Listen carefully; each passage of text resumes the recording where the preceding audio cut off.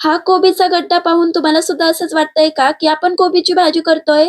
तर थांबा, थांबा. कोबीची भाजी नाही तर वेगळा असा पदार्थ करतोय, तर जो पाहून तुम्ही सुद्धा चकित व्हाल. तर त्यासाठी अर्धा कोबी उभा पातळ चिरून घ्यायचा. मग त्यामध्ये चवीपुरतं मीठ घालायचं. व्यवस्थित कालवून 10 मिनिटांसाठी राहू द्यायचं. मग पुन्हा ह्यामध्ये 1 वाटी बेसन मस्त कुरकुरीत बनवण्यासाठी अर्धा वाटी ज्वारीचं पीठ, 1 चमचा लाल तिखट, 1 चमचा धनेपूड, अर्धा चमचा हळद, अर्धा चमचा जिरे, अर्धा चमचा ओवा, चिमूटभर हिंग आणि भरपूर कोथिंबीर घालायची. व्यवस्थित कालवून लागेल तसं पाणी घालत भजीचं पीठ भिजवून घ्यायचं. आता इथं तळण्यासाठी तेल गरम केलं. मस्त अशी भजी सोडायची आणि दोन्ही साइडने कुरकुरीत होईपर्यंत तळून घेतली. तळल्यावरती काढून घ्यायची. मस्त खमंग कुरकुरीत कोबीची खेकडा भजी आपण तयार केली. त्यामुळे तुम्ही सुद्धा ट्राय करा.